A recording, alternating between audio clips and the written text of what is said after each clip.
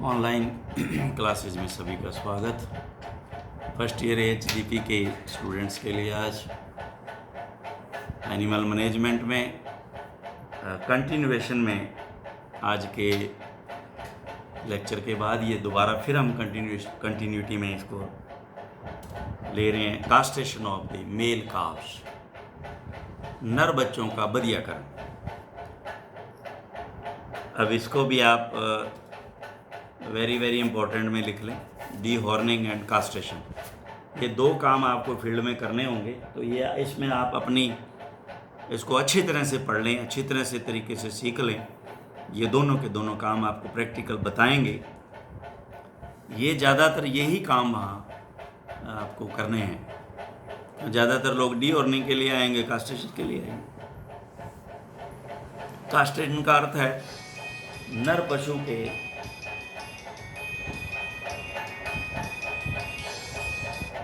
पशु के लैंगिक गुणों यानी सेक्सुअल कैरेक्टर्स को प्रदर्शित नहीं कर पाता। जब उसके कास्ट्रेट कर दिया जाता है ना, तो उसके सेक्सुअल कैरेक्टर जो है वो मेल के, वो उसको जो प्रदर्शित करने से हट जाता है, रुक जाता है। और उसके उद्देश्य निम्नलिखित हैं। कास्ट्रेशन के निम्नलिखित उद्देश्य हो सकते हैं। इसके द्वारा बेकार नर पशुओं को प्रजनन के अयोग्य कर दिया जाता है। इससे वे अधिक नम्र हो जाते हैं, उन्हें काबू में करना आसान हो जाता है और जनरली उनको बैल बना देते हैं ना, बैल के लिए काम में लेते हैं ज़्यादातर। इससे काब्ज की शारीरिक वृद्धि दर बढ़ जाती है तथा वजन जल्दी बढ़ता है। इससे काव्य को बाहर ढोने के लिए बेहतर ढंग से पाला जा सकता है। वही बैल बना देते हैं, बाहर ढोना है, खेती के काम में। बुफेलो काव्ज में इससे गर्दन की कोमलता बढ़ती है, जिससे जुआ योक आसानी से व्यवस्थित हो जाता है। गाड़ी में जब जोड़ते हैं उसको, तो उसके जो गर्दन की कोमलता इससे बढ़ेगी। इसके अलावा पशुओं के मांस में आने वाली एक विशेष गंध भी नहीं आती है। कास्ट्रेशन की सही व उपयुक्त उम्र काव्ज में 8 से 10 माह अंडरलाइन करना इसको। लैम्प्स में 2 से 6 सप्ताह, पिगलेट्स के लिए 3 से 4 सप्ताह। बरसात के मौसम में कास्ट्रेशन नहीं करना चाहिए, क्योंकि इससे संक्रमण होने का खतरा रहता है। बदियाकरण के तरीके। अब हमारे पास मेथड ऑफ कास्ट्रेशन। तो मेथड्स में ये जो इंस्ट्रूमेंट है ये आपको दिखाएंगे। पहले इसमें करते हैं बर्डिजो कास्ट्रेटर द्वारा। बर्डिजो कास्ट्रेटर, बर्डिजो कहते हैं इसको। इस तरीके में स्पर्मेटिकोड को त्वचा के ऊपर से ही बर्डिजो कास्ट्रेटर नामक उपकरण से दबाते हैं। अब ये स्पर्मेटिकोड क्या है? जेनाइटल ऑर्गन्स आपने पूरे के पूरे फिजियोलॉजी में पढ़ लिए हैं मेल के। तो उसमें देखिए ये जो स्पर्मेटिकोड है, जिससे टेस्टिस स्क्रोटम में लटके रहते हैं, तो वहाँ जो है उसको जब हम उसको पकड़ करके फील करते हैं, सिखाएंगे, बताएंगे आपको प्रैक्टिकल में, आपको पूरा डिटेल दे दूंगा मैं। तो दबाते हैं। इसमें सर्वप्रथम काप को ज़मीन पर गिरा लेते हैं तथा अच्छी तरह काबू में कर लेते हैं। इसके पश्चात स्क्रोटम के 2 से 4 सेंटीमीटर ऊपर की तरफ स्पर्मेटिकोड को महसूस करके एक तरफ की कोड पर बर्डिजो कास्ट्रेटर लगाकर उसे आराम से दबाते हैं। इसके बाद इस स्थान से करीब 1 सेंटीमीटर नीचे उसी तरफ वाली उसी स्पर्मेटिकोड को एक और स्थान से दबाते हैं। अब इसमें कई बार ये सवाल है कि पहले ऊपर से क्यों दबाते हैं, फिर नीचे से क्यों दबाते हैं? तो क्योंकि पहले आपने ऊपर से उसको दबाया तो पेन एक बार होगा। अब जो है ऊपर से एकदम से वो दब गई है नस, तो पेन जो है इतना उसको फील नहीं होगा जब आप उसको नीचे से दबाएंगे। अगर नीचे से दबाएंगे तो एक बार तब पेन करेंगे, एक बार ऊपर से स्पर्मेटिकोड को दबाएंगे तब पेन करेंगे, तो 2 बार पेन होने से बचेगा। यह प्रक्रिया दूसरी तरफ की स्पर्मेटिकोड के लिए साथ भी करते हैं। यह ध्यान रखना चाहिए कि स्पर्मेटिकोड फिसले नहीं तथा साथ ही त्वचा का कोई फोल्ड या वृक्षण टेस्टिकल्स कास्ट्रेटर में नहीं आ जाए। दबाए गए स्थानों पर टिंचर या अन्य कोई एंटीसेप्टिक क्रीम लगा देते हैं ताकि कोई संक्रमण ना हो। इस तरीके में रक्तस्राव नहीं होता है, इसे ब्लडलेस कास्ट्रेशन भी कहते हैं। तो ये ध्यान रखना, बडीजो द्वारा कास्ट्रेशन है, इसको ब्लडलेस यानी कि जिसमें खून नहीं आता, ब्लडलेस कास्ट्रेशन भी कहते हैं। ऑपरेशन बाय सर्जिकल मेथड ये भी काम में लिया जाता है। जनरली ये काम में तो ये जनरली नहीं लेते, इसको तो ज़्यादातर कुत्ते में और घोड़े में जनरली काम में लेते हैं इसको तो। खैर चलिए, इस तरीके में काफ को ज़मीन पर गिराकर लोकल एनेस्थीसिया लगाकर काबू में करते हैं। अब ये लोकल एनेस्थीसिया क्या है ये भी आप पढ़ोगे। सुन्न करना, एनेस्थीसिया सुन्न करना उस जगह को, और लोकल का मतलब उस एरिया में, जगह में, ऊपरी सतह पर। ये सारा आप सेकेंड ईयर में अच्छी तरह से आप पढ़ोगे इसको। लोकल एनेस्थीसिया लगा काबू में करते हैं। इसके बाद ऑपरेशन द्वारा इसके दोनों वृक्षण टेस्टिकल निकाल देते हैं और कॉडा एपिडाइमस को काट देते हैं। परंतु यह तरीका साधारणतः बहुत कम में काम में लिया जाता है। अति आवश्यक होने पर ही ये ऑपरेशन करते हैं, लेकिन इसकी आवश्यकता नहीं पड़ती इनमें काफ्स में। कभी नहीं किया हमने, काफ्स में नहीं किया। हाँ, डॉग में जो है वो खूब कास्ट्रेशन किए, इस तरह से ऑपरेट करना पड़ता है। और हॉर्स में, उनमें, इक्वाइन में, उनमें भी इसी मेथड को अपनाते हैं। उसमें कभी भी बड़ी जो कास्ट्रेटर नहीं लगाते।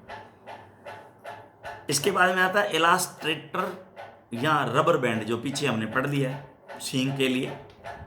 इस तरीके में एक रबर बैंड या इलास्ट्रेटर को स्क्रोटम के ऊपर की तरफ स्पर्मेटिकोड के चारों तरफ कसते हुए डाल देते हैं, जिससे धीरे धीरे वृक्षण टेस्टिकल्स का रक्त परिसंचरण कम हो जाता है। कुछ सप्ताह बाद जब टेस्टिकल सूख जाते हैं वे नीचे गिर जाते हैं। यह भी काफ में कम उम्र में काम में लिया जाना चाहिए। हालांकि इस तरीके में खून नहीं निकलता, परंतु पशु को बहुत दर्द होता है। अब इसके साथ साथ हमारे पास है अतिरिक्त टीट को हटाना। कई बार क्या होता है, 4 टीट की जगह एक टीट से एक टीट और निकल जाता है, 5 हो जाते हैं, कई बार 6 भी हो जाते हैं, 2 में से निकल जाते हैं। तो ये जो अतिरिक्त हैं, removal of extra numerary teats, extra numerary, extra number, ज़्यादा नंबर हो तो, एक्स्ट्रा न्यूमेररी का मतलब ज़्यादा नंबर हो तो। अगर काफ में 4 से अधिक टीट्स हों तो उनमें से 4 के अतिरिक्त टीट्स को हटा देना चाहिए। इन्हें 1-2 महीने की उम्र के बीच तेज धार वाली स्टरलाइज्ड कैंची से काट देना चाहिए या स्कैल्पल और ब्लेड से काट देना चाहिए। अगर रक्तस्राव अधिक हो तो उसे कॉटन स्वैब या पैक लगाकर रोक देना चाहिए। बच्चों की बीमारियों की रोकथाम, prevention of calves from diseases. Calf को अच्छी तरह पालने के लिए बहुत महत्वपूर्ण है कि बीमारियों से उसकी रोकथाम की जाए। इसके लिए समय समय पर उसका टीकाकरण, वैक्सीनेशन किया जाना चाहिए, जो उसे आने वाले समय में बीमारियों से बचाएगा। वैक्सीनेशन, टीकाकरण, ये जो बीमारियां आने से पहले जो हम प्रिवेंशन करते हैं वो टीकाकरण कहलाता है, वैक्सीनेशन। जैसे आमतौर से HS है, हेमरेजिक सेप्टिसीमिया है, BQ है, ब्लैक वाटर, HS है, हेमरेजिक सेप्टिसीमिया, गड़गोटो, और FMD है। तो इनके टीके पहले लग जाते हैं। तो ये ज़रूरी हैं ताकि उस अवस्था तक हम ना पहुँचें जो उसे आने वाले समय में बीमारी से बचाएगी। इसके अलावा उसका पुनः टीकाकरण, रीवैक्सीनेशन अवश्य किया जाना चाहिए, जिससे उसमें लंबे समय तक रोग प्रतिरोधक क्षमता बनी रहे। यानी कि इसको बूस्टर डोज कहते हैं, बूस्टर डोज लगाते हैं दोबारा, ताकि उसमें उसकी इम्यूनिटी लंबे समय तक बनी रहे। अब काफ्स में लगाने वाले टीके निम्न प्रकार से हैं। 2 महीने पर थाइलेरियसिस की वैक्सीन जो आजकल आ गई हुई है वो वैक्सीन करते हैं। 3 ml डोज है, सबकट है, और 1 साल बाद उसको रिपीट करते हैं। थाइलेरियसिस की वैक्सीन अब आ गई हुई है, ये ध्यान रखना। 4 महीने पर foot and mouth disease vaccine, quadrivalent, अलग अलग और बूस्टर 21 दिन बाद, सब कट और रिपीट हाफ ईयरली 6 मंथ पे। 6 महीने पे एंथ्रैक्स स्पोर वैक्सीन, एंथ्रैक्स के लिए बीमारी है एंथ्रैक्स, 1 ml सब कट, रिपीट ईयरली बरसात से पहले। 6 महीने से अधिक वाला हेमरेजिक से HS मैंने अभी बताया, हेमरेजिक सेप्टिसीमिया वैक्सीन 5 ml सब कट, रिपीट है ईयरली। 6 महीने से अधिक पर ये ब्लैक वाटर भी लगा देते हैं, 5 ml सब कट, ये भी रिपीट ईयरली बरसात से पहले वह केवल 3 वर्ष तक ही करते हैं। 6 से 9 महीने ब्रूसेलोसिस C19 वैक्सीन 5 ml सब कट, केवल फीमेल काउज व लाइफ लॉन्ग इम्यूनिटी के लिए एक बार। 6 से 9 महीने रिंडर पेस्ट वैक्सीन 1 ml सब कट, रिपीट आफ्टर 3 ईयर्स। नवंबर या दिसंबर में इसका समय है लगाने का। इस प्रकार काव्ज का टीकाकरण करके उनका रोगों से बचाव किया जाता है। इस प्रकार काव्ज की उनके जन्म के समय व जन्म के पश्चात उचित देखभाल करते हैं, जिससे हमें भविष्य के लिए अच्छी पीढ़ी मिल सके जो बेहतर उत्पादन दे सके। तो ये हमारा 22nd जो चैप्टर था वो आज समाप्त हो। अब हम इसको 23rd जो है हमारा चैप्टर है उसको हम स्टार्ट करेंगे। डेयरी सांड की देखभाल व प्रबंधन, care and management of dairy bull. Dairy bull का देख दिखाव कैसे करेंगे, तो ये छोटा सा चैप्टर है, इसको हम संपन्न करेंगे। डेयरी सांड का अर्थ है वह सांड जो डेयरी में अन्य गायों के साथ पाला जाए तथा जो उन गायों को गर्भित करने के काम आए। जब भी किसी गाय या भैंस के मेल का पैदा होता है तो उसे 3 प्रकार के उद्देश्यों से के काम में लिया जा सकता है। पहला, मांस बेचने के लिए भैंसों में, उन्हें प्रजनन या बहारवा के उद्देश्य हेतु पाला जा सकता है, उन्हें कुछ समय पश्चात आवारा छोड़ा जा सकता है। बहारवा के रूप में काम में लेने के लिए उनका कास्ट्रेशन बदियाकरण कर दिया जाता है, जिससे उन्हें आसानी से काबू में किया जाए। ब्रीडिंग के उद्देश्य हेतु पालने के लिए बहुत सोच समझकर मेल काफ को बड़ा किया जाता है। इसके लिए उसकी पेडिग्री, पूरी डिटेल पीछे की, उसके माँ बाप का पूरा वेरवा और उधर दादा दादी और इधर नाना नानी, ये सारे के सारे जो है वो रिकॉर्ड रखे जाते हैं उनके। उसको पेडिग्री व फिजिकल कंडीशन, शारीरिक अवस्था को सावधानी पूर्वक ध्यान में रखते हुए उसका चुनाव करते हैं, ताकि आगे आने वाली पीढ़ियों को सुधारा जा सके, क्योंकि सांड अपनी आगे वाली पीढ़ी का आधा हिस्सा बनाता है। इसलिए ब्रीडिंग हेतु मेल काफ का चुनाव बहुत सोच समझ कर करना चाहिए। डेयरी बुल का बहुत अधिक महत्व है, इसलिए है क्योंकि वह आगे आने वाली पीढ़ी का 50% हिस्सा है तथा इसके आगे वाली पीढ़ियों में भी इस प्रकार प्रभाव प्रकट होता है। इसके साथ ही डेयरी बुल के जीन्स में उसकी माँ डैम का भी 50% हिस्सा होता है। तो मैंने अभी आपको बताया कि वो माँ उसका बच्चे की जो एक साइड जो आपको पता है मदर और फादर, फिर उनकी पेडिग्री आगे उनके मदर फादर, तो ये जरूरी है इनकी पूरी डिटेल लेना, जिसमें से कुछ भाग बुल की आगे वाली पीढ़ी को भी स्थानांतरित होता जाता है। वह पीढ़ी भी अपनी ग्रैंड मदर के गुणों को दर्शाती है। तो ग्रैंड मदर ये हमें वहाँ से उसके पूरी डिटेल्स जो है लेनी होती है और उसका मेंटेन किया होता है रिकॉर्ड वकादा पेडिग्री। इसके अलावा ब्रीडिंग बुल की अच्छी देखभाल और प्रबंधन के पश्चात उससे उच्च गुणवत्ता का वीर्य सीमन प्राप्त किया जा सकता है, जो निर्धारित प्रोसेसिंग के पश्चात कृत्रिम गर्भाधान द्वारा बहुत गायों व भैंसों को गर्भित करने के काम में लिया जाता है। 1 या 2 ब्रीडिंग बुल्स को पालकर पूरे डेयरी फार्म का ब्रीडिंग मैनेजमेंट किया जा सकता है। इस प्रकार स्पष्ट है कि डेयरी बुल की उचित देखभाल व प्रबंधन अति आवश्यक है, क्योंकि इसकी गुणवत्ता आगे आने वाली पीढ़ी की गुणवत्ता व दुग्ध उत्पादन को निर्धारित करती है। अगर सांड की देखभाल में कोई कमी रखी जाती है तो इसका परिणाम प्रभाव उसकी आगे वाली आने वाली पीढ़ी पर देखा जा सकता है। देखभाल में कैसे मैनेजमेंट है करते हैं। एक मेल काफ ही बड़ा होकर बुल बनता है, जैसे डेयरी बुल के काम में लिया जा सकता है। अतः मेल काफ या बुल काफ की उचित देखभाल और प्रबंधन बहुत जरूरी है। उसे एक प्रभावशाली व सक्षम सांड बनाने में सहायक होंगे।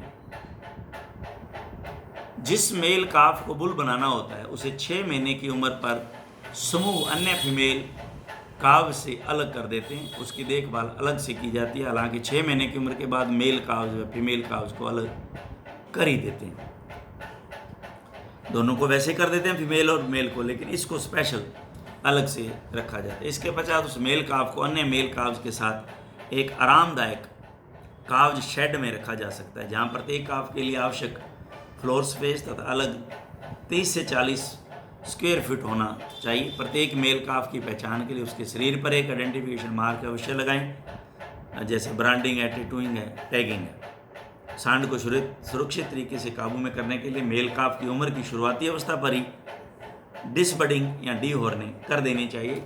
इसके लिए उचित व उपलब्ध तरीका काम में अभी हमने पढ़े हैं, वो लें। अब है रिंगिंग, नाक में छल्ला डालना, नोज रिंग,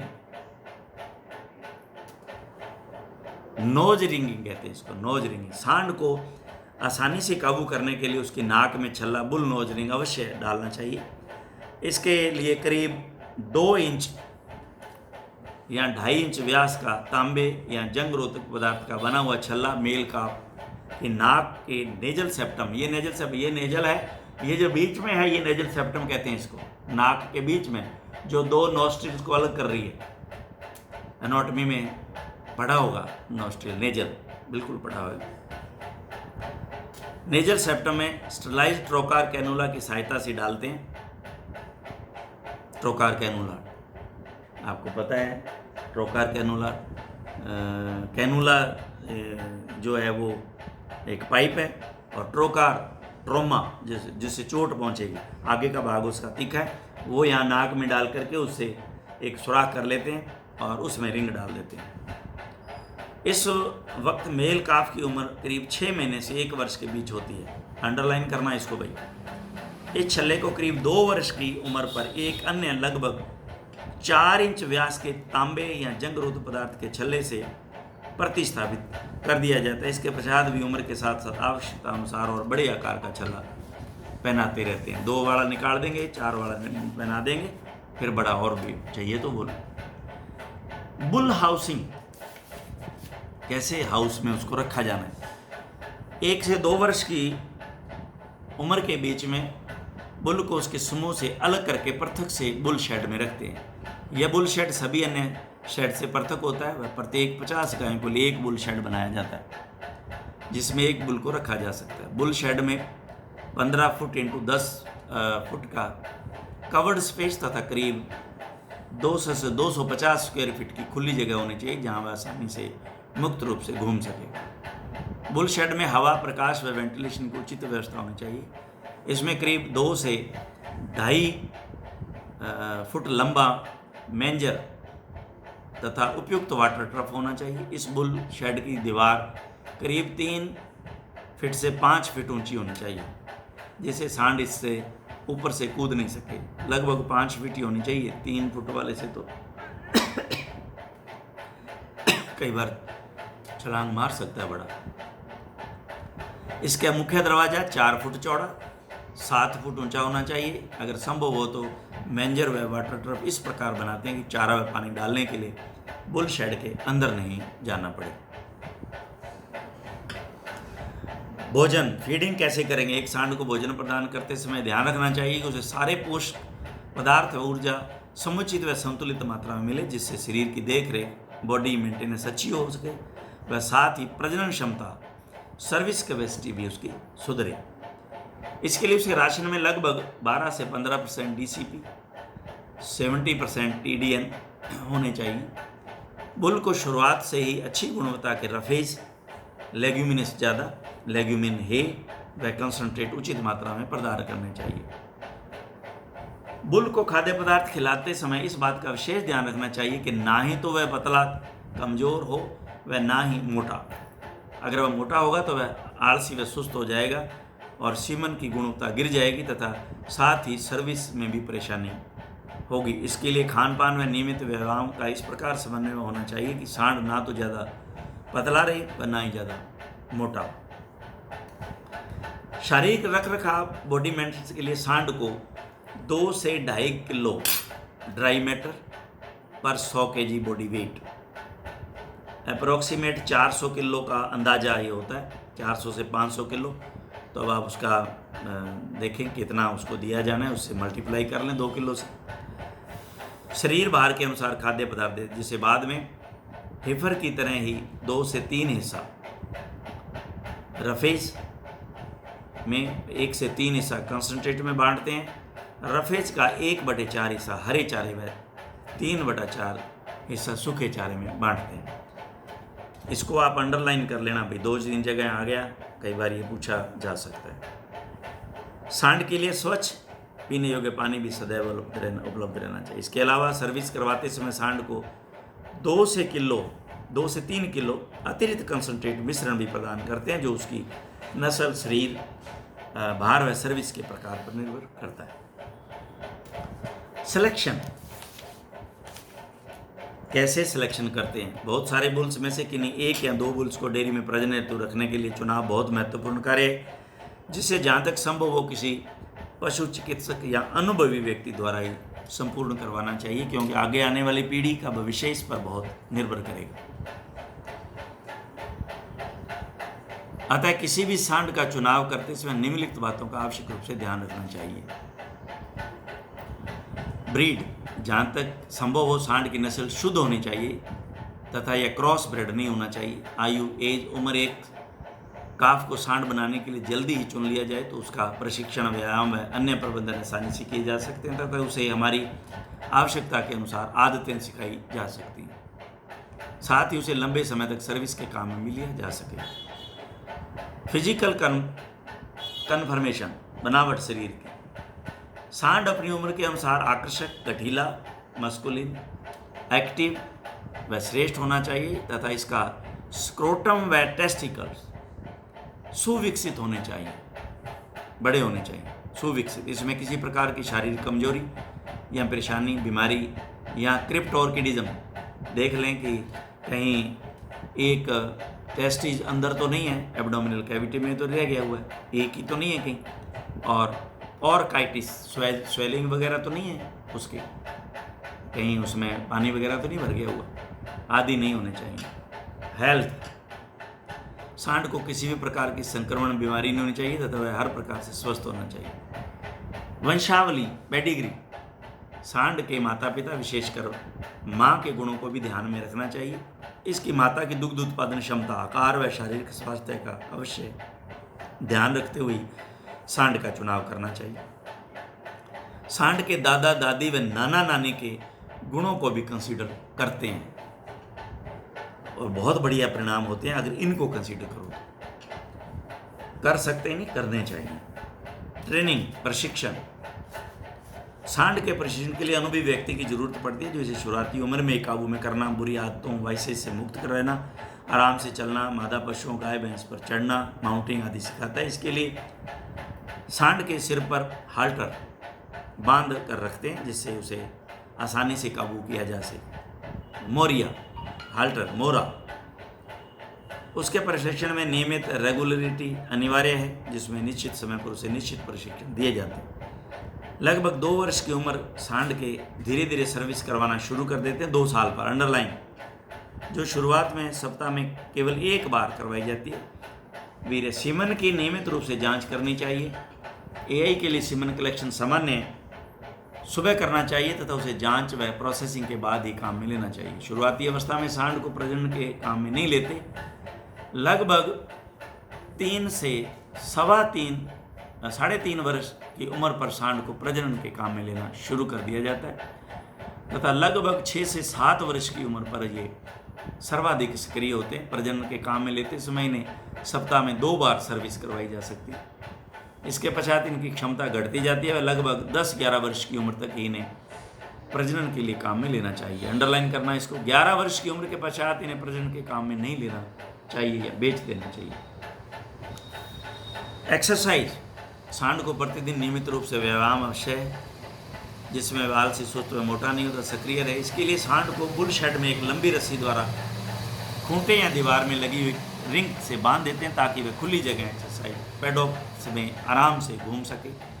परंतु रस्सी की लंबाई अधिक नहीं होनी चाहिए। परंतु अगर खुली जगह एक्सरसाइज पैडों के ओपन एरिया की व्यवस्था नहीं हो तो लगभग 2 वर्ष की उम्र पर एक बुल एक्सरसाइजर उपलब्ध करवा दिया जाता है, जिसमें सांड आवश्यकता अनुसार घूमकर व्यायाम कर सकता है।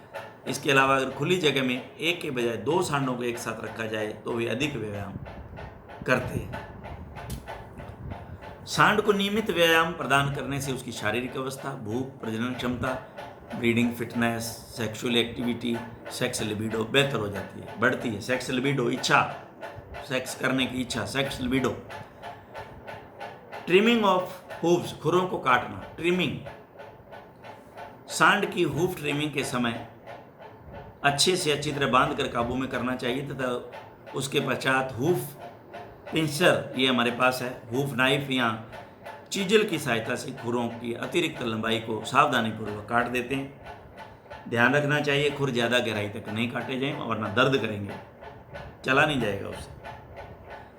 सांड की त्वचा की नियमित रूप से ब्रशिंग व ग्रूमिंग करनी चाहिए जिससे वह स्वच्छ रहे तथा यह सुबह करनी चाहिए। इसे नियमित रूप से नहलाना भी चाहिए। स्क्रोटम व शीथ के आसपास के बालों को काटते रहना चाहिए जिससे स्वच्छ व गंदगी रहित वीर्य सीमन प्राप्त होगा। सांड का वजन नियमित रूप से ज्ञात करना चाहिए। सींग युक्त सांडों के सींगों को साफ करके उन पर नियमित रूप से तेल जो है वो रगड़ना चाहिए। सांड को काबू में करते समय सावधानी बरतनी चाहिए। वह उसके साथ जोर जबरदस्ती नहीं करनी चाहिए बल्कि आराम से व प्यार से काबू में उसको करना चाहिए। सांड को शुरुआत से प्रशिक्षण देकर बुरी आदतों, वाइसेस जैसे लिकिंग, चाटना, किकिंग, पैर मारना, फेंस ब्रेकिंग और मैस्टरबेशन आदि से बचाना चाहिए। जो तार है, जो उसके चारों तरफ जो दीवार है उसको तोड़ने से, और मैस्टरबेशन ये भी एक आदत गंदी जो है वो यंग बुल में आ जाती है। तो इसको भी, क्योंकि जब जानवर नीचे ज़मीन में बैठता है तो स्त्री सेक्स लिबिडो उसकी हाई हो जाती है, तो वो क्या करता है, अपने पेनिस को रेत में जो है वो उसको रेत के अंदर जो है वो घुसेड़ देता है, रगड़ता रहता है। तो इससे बचाने के लिए सारी आदतें जो हैं वो वाइसेज हैं ये, तो इन गलत आदतों से बचाना चाहिए। इसी तरह ऊँट में भी होता है। ऊँट बहुत ज़्यादा इस तरह के ये जो मैस्टरबेशन जो है, ये ऊँट ज़्यादा सर्दी के मौसम में झूठ में होता है जब ये ज़्यादा प्रॉब्लम होती है, और वो पेनिस उसका जो है बाहर ही लटक जाता है, बाहर ही रह जाता है। ऐसे बड़े केस आते थे। सांड के स्वास्थ्य की उचित देखभाल करनी चाहिए, उसे समय समय पर टीके भी लगवाने चाहिए। बुफेलो बुल को गर्मियों में 2 बार नहलाना चाहिए। सर्दियों में इनकी त्वचा पर तेल की मालिश करने से स्पर्मेटोजेनेसिस बढ़ता है। यानी स्पर्मेटोजेनेसिस क्या है? जेनेसिस, स्पर्म बनने की क्रिया बढ़ती है उसमें। इस प्रकार स्पष्ट है कि डेयरी सांड की देखभाल व प्रबंधन उचित व बेहतर तरीके से की जानी चाहिए, तभी उससे हम जो है लाभ प्राप्त कर सकते हैं। तो आज हमने ये 23rd जो हमारा चैप्टर आज हम कंप्लीट कर रहे हैं। आज के लिए इतना ही काफ़ी। Thank you very much.